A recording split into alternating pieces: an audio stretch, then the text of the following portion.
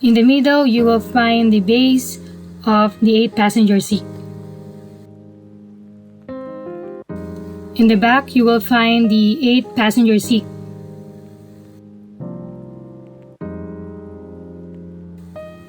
You will need to remove the strap and take the passenger seat. And you will see 3 bars, one on the left, and the right, and in the bottom.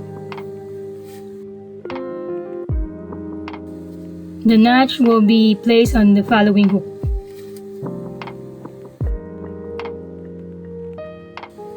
Next, place it and make sure that it is aligned or level to the chair next to it. And then you will need to attach the bottom latch to the base.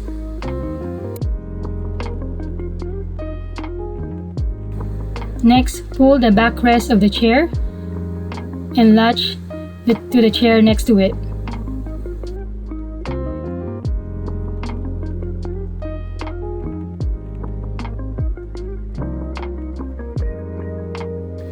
And you can detach the chair by pulling the strap on the top.